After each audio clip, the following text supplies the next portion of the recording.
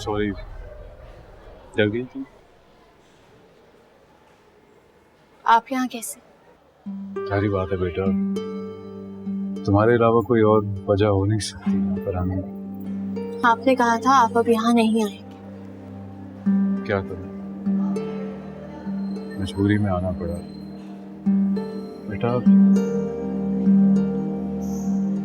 तुम्हारा कौन सा ख्वाब टूटा है?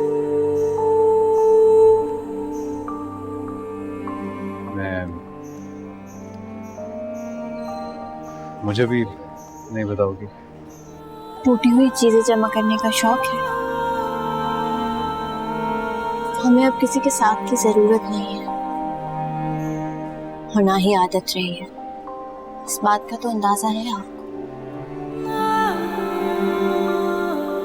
डर लगता है ईसाई से। बेटा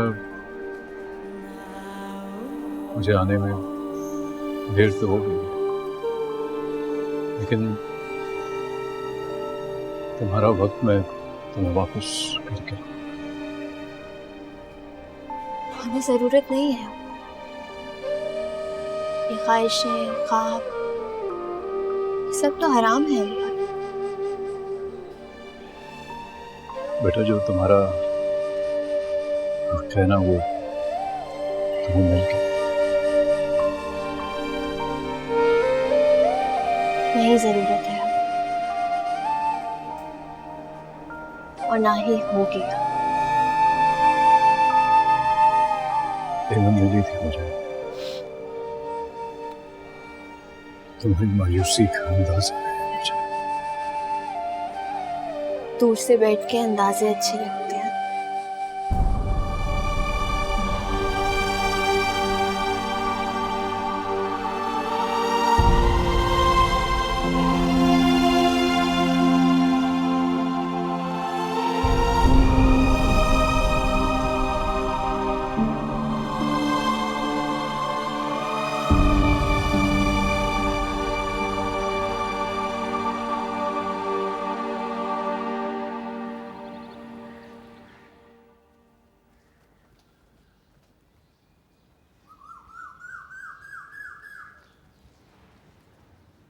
कौन?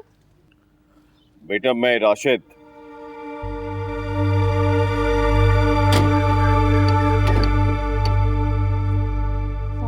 वालेकुम अस्सलाम।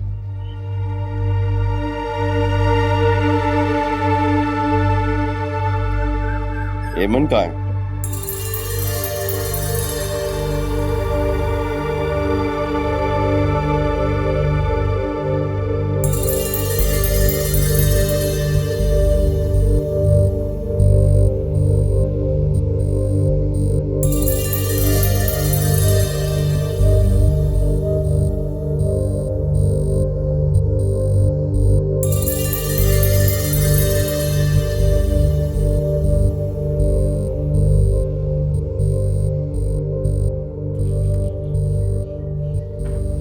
अस्सलाम वालेकुम भैया। अस्सलाम वालेकुम भाभी। सलाम।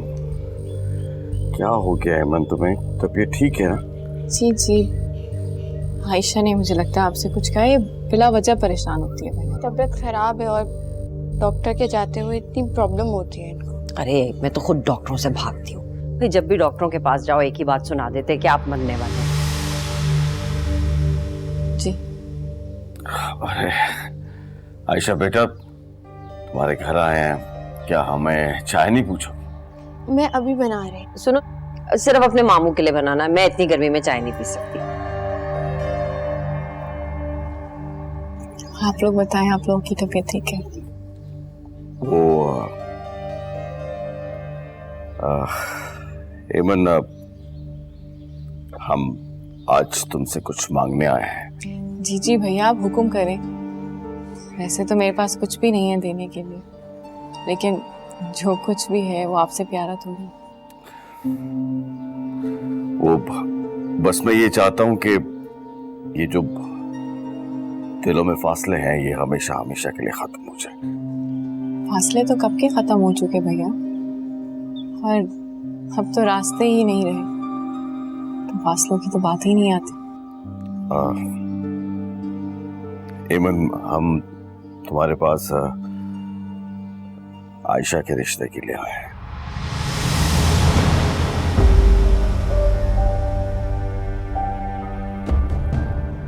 जी?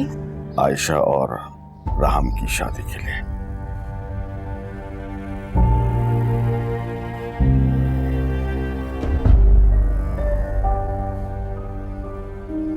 क्या हुआ, तुम्हें हमारी बात बुरी लगी है क्या?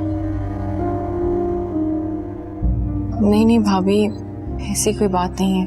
देखो, हम चाहते हैं कि घर की बात घर में ही रह जाए, और वैसे भी आयशा और राम बचपन से एक दूसरे को जानते हैं, कजन हैं, समझते हैं एक दूसरे को। जी भैया, लेकिन क्या?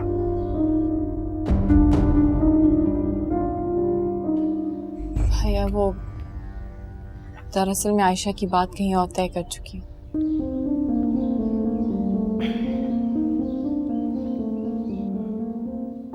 अच्छा, ओ, लेकिन तुमने कभी बताया ही नहीं? अरे बड़ी हैरत की बात है भाई, अभी तो तुमने एक रिश्ते से इनकार किया था, दूसरी जगह हाँ भी कर दी। जी भाभी, अचानक एक और रिश्ता आ गया और उन्होंने मौका ही नहीं दिया। हेमंत, तुम बताती तो सही। है कौन लोग? अच्छे लोग हैं, गैर हैं भाभी, लेकिन जाहिर सी बात है आप लोगों से तो मिलवाऊंगी।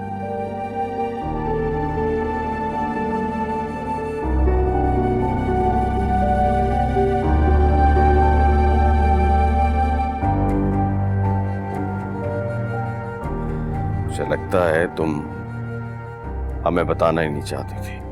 नहीं भैया, ऐसी कोई बात नहीं। मुझे लग रहा है कि आप नाराज हो गए हैं मुझसे। अरे नाराजगी की बात नहीं है मन, लेकिन बुरा ना मनाना। राशिद ने सारी जिंदगी हर चीज में तुम्हारा साथ दिया, तुमने अपने भाई से इतनी बड़ी बात छुपा ली। भाई हमने कौन सा नाराज हो जाना था, खुशी होना था। भी ऐसा नहीं है। अब चलते हैं। भैया, हेमन, ये मिठाई मैं किसी और खुशी के लिए लाया था, तुम अपनी खुशी के लिए रख लो। खुदा हाफिज। चलो। भैया, भाभी भाई,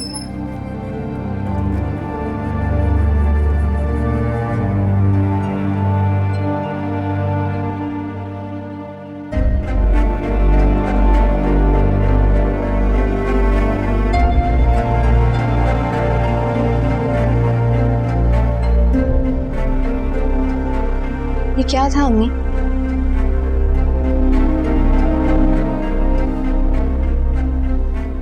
मैंने कहा था ना तुमसे,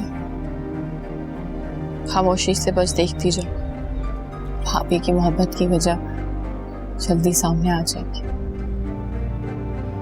ये वजह थी उनकी मोहब्बत की। तो झूठ क्यों बोला? आप सीधा मना भी कर सकती थी। मैंने कोई झूठ नहीं बोला, तुम्हारी हाँ हो चुकी। क्या मतलब अम्मी, क्या कह रही हैं? कहाँ? बहुत जल्द पता चल जाएगा तुम्हें। मुझसे भी राज रखेंगे? नहीं बेटा, मेरा इनकार झूठा था, और शुक्र है कि उन्होंने मेरा झूठ पकड़ लिया।